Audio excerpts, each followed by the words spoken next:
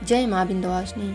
आप सभी के इष्ट देव माता पिता सबको कोट कोट प्रणाम है। हिंदुओं के प्राचीन शास्त्र के अनुसार दुर्गा देवी 9 रूपों में प्रकट हुई हैं। उन सब 9 रूपों की पृथक पृथक कथा इस प्रकार है। पहली देवी हैं महाकाली। एक बार पूरा संसार प्रलयग्रस्त हो गया। चारों ओर पानी ही पानी दिखाई देता था। उस समय भगवान विष्णु की नाभि से एक कमल उत्पन्न हुआ। उस कमल में से ब्रह्मा जी निकले। इसके अलावा भगवान नारायण के कानों में से कुछ मैल भी निकला। उस मैल से कैटब और मधु नाम के 2 दैत्य बन गए। जब उन दैत्यों ने चारों ओर देखा तो ब्रह्मा जी के अलावा उन्हें कुछ भी दिखाई नहीं दिया। ब्रह्मा जी को देखकर वे दैत्य उनको मारने दौड़े। तब भयभीत हुए ब्रह्मा जी ने विष्णु भगवान की स्तुति की। स्तुति से भगवान विष्णु की आंखों में से जो महामाया योग निद्रा के रूप में निवास करती थी वह विलुप्त हो गईं और भगवान विष्णु की नींद खुल गई। उनके जागते हुए दोनों दैत्य भगवान विष्णु से लड़ने लगे। इस प्रकार 5000 वर्ष तक युद्ध चलता रहा। अंत में भगवान की रक्षा के लिए महामाया ने असुरों की बुद्धि को बदल दिया। तब वे असुर भगवान विष्णु से बोले, हम आपके युद्ध से प्रसन्न हैं, जो चाहो वर मांग लो। भगवान ने मौका पाया और कहने लगे, यदि हमें वर देना है तो वह वर दो कि दैत्यों का नाम नाश हो। दैत्यों ने कहा, ऐसा ही होगा। ऐसा कहते ही महाबली दैत्यों का नाश हो गया। जिसने असुरों की बुद्धि को बदला था वह महाकाली थी। दूसरी देवी हैं महालक्ष्मी। एक समय महिषासुर नाम का एक दैत्य हुआ। उसने समस्त राजाओं को हराकर पृथ्वी और पाताल पर अपना अधिकार जमा लिया। जब वह देवताओं से युद्ध करने लगा तो देवता भी उससे युद्ध में हार कर भागने लगे। भागते भागते वे भगवान विष्णु के पास पहुँचे और उन दैत्यों से बचने के लिए स्तुति करने लगे। देवताओं की स्तुति करने से भगवान विष्णु और शंकर जी जब प्रसन्न हुए तो तब उनके शरीर में से एक तेज निकला, जिससे महालक्ष्मी का रूप धारण कर लिया। इन्हीं महालक्ष्मी ने महिषासुर दैत्य को युद्ध में मारकर देवताओं का कष्ट दूर किया। तीसरी देवी है महासरस्वती। इनको चामुंडा भी कहा जाता है। एक समय शुंभ निशुंभ नाम के 2 दैत्य बहुत बलशाली हुए थे। उनसे युद्ध में मनुष्य तो क्या देवता तक हार गए। जब देवताओं ने देखा कि अब युद्ध में नहीं जीत सकते तब वह स्वर्ग छोड़कर भगवान की स्तुति करने लगे। उस समय भगवान विष्णु के शरीर में से एक ज्योति प्रकट हुई जो सरस्वती थी। महासरस्वती अत्यंत रूपवान थीं।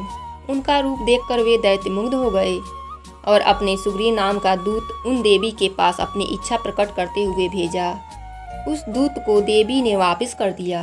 इसके बाद उन दोनों ने कुछ सोच समझकर अपने सेनापति ध्रुमांच को सेना सहित भेजा, जो देवी द्वारा सेना सहित मार दिए गए। फिर चंडमुंड लड़ने आए, वो भी मार दिए गए। इसके बाद रक्त बीज लड़ने आया, जिसके रक्त के बूंद जमीन पर गिरने से एक वीर्य पैदा होता था। वह बहुत बलवान था, उसे भी देवी ने मार दिया। अंत में चामुंडा से शुंभ निशुंभ स्वयं दोनों लड़ने आए और देवी के हाथों मारे गए। तभी देवता दैत्य की मृत्यु के बाद बहुत खुश हुए और अपना अपना कार्य करने लगे। चौथी हैं योग माया देवी।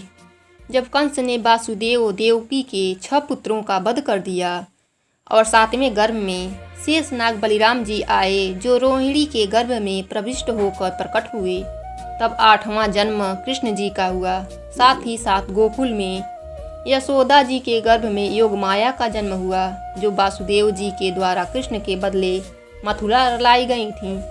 जब कंस ने कन्या स्वरूप उस योग माया को मारने के लिए पटकना चाहा तब वह हाथ से छूट गई और आकाश में जाकर देवी का रूप धारण कर लिया। आगे चलकर इसी योग माया ने कृष्ण के साथ योग विद्या और महाविद्या बनकर कंस, चाणूर आदि शक्तिशाली असुरों का संहार करवाया। 5वीं देवी हैं रक्तदंतिका। एक समय बरपिचिति नाम के असुर ने बहुत से कुकर्म करके पृथ्वी को व्याकुल कर दिया। उसने मनुष्य की ही नहीं बल्कि देवताओं तक को बहुत दुख दिया। देवताओं और पृथ्वी की प्रार्थना पर उस समय दुर्गा देवी ने रक्तदंतिका नाम से अवतार लिया और बरपिचिति आदि असुरों का मान मर्दन कर डाला। यह देवी असुरों को मारकर रक्तपान किया करती थीं। इस कारण से इनका नाम रक्तदंतिका विख्यात हुआ। 6वीं देवी हैं शांखभरी देवी। एक समय पृथ्वी पर लगातार 100 वर्ष तक वर्षा नहीं हुई। इस कारण चारों ओर हाहाकार मच गया। सभी जीव भूख प्यास से व्याकुल हो मरने लगे। उस समय मुनियों ने मिलकर देवी भगवती की उपासना की। तब जगदम्बा ने शाकंभरी नाम से स्त्री रूप में अवतार लिया। उनकी कृपा से जल की वर्षा हुई, जिससे पृथ्वी के समस्त जीवों को जीवन दान प्राप्त हुआ। सातवीं देवी हैं श्री दुर्गा जी। एक समय भारतवर्ष में दुर्गम नाम का राक्षस हुआ। उसके डर से पृथ्वी की ही नहीं स्वर्ग और पाताल के निवास करने वाले लोग भयभीत रहते थे। ऐसी विपत्ति के समय भगवान की शक्ति ने दुर्गा का दुर्गसेनी के नाम से अवतार लिया और दुर्गम राक्षस को मारकर ब्राह्मणों और हरि भक्तों की रक्षा की। दुर्गम राक्षसों को मारने के कारण ही तीनों लोकों में इनका नाम दुर्गा देवी प्रसिद्ध हो गया। आठवीं देवी हैं भ्रामरी देवी। एक बार महा अत्याचारी अरुण नाम का एक असुर पैदा हुआ। उसने स्वर्ग में जाकर उपद्रव करना शुरू कर दिया। देवताओं की पत्नियों का सतीत्व नष्ट करने की कुचेष्टा करने लगा। अपने सतीत्व की रक्षा के लिए देव पत्नियों ने भंवरों का रूप धारण कर लिया और दुर्गा देवी की प्रार्थना करने लगी। देव पत्नियों को दुखी जानकर माता दुर्गा ने भ्रामरी का रूप धारण करके उन असुरों को उनकी सेना सहित मार डाला और देव पत्नियों के सतीत्व की रक्षा की। नौवां देवी हैं चंडिका देवी। एक बार पृथ्वी पर चंडमुंड नाम के दो राक्षस पैदा हुए। वे दोनों इतने बलवान थे कि संसार में अपना राज्य फैला लिया और स्वर्ग में देवताओं को हराकर वहाँ भी अपना अधिकार जमा लिया। इस प्रकार देवता बहुत दुखी हुए और देवी की स्तुति करने लगी। तब देवी चंडिका के रूप में अवतरित हुई और चंडमुंड नामक राक्षसों को मारकर संसार का दुख दूर किया। देवताओं का गया स्वर्ग पुनः उन्हें दिया। इस प्रकार चारों ओर सुख का राज छा गया।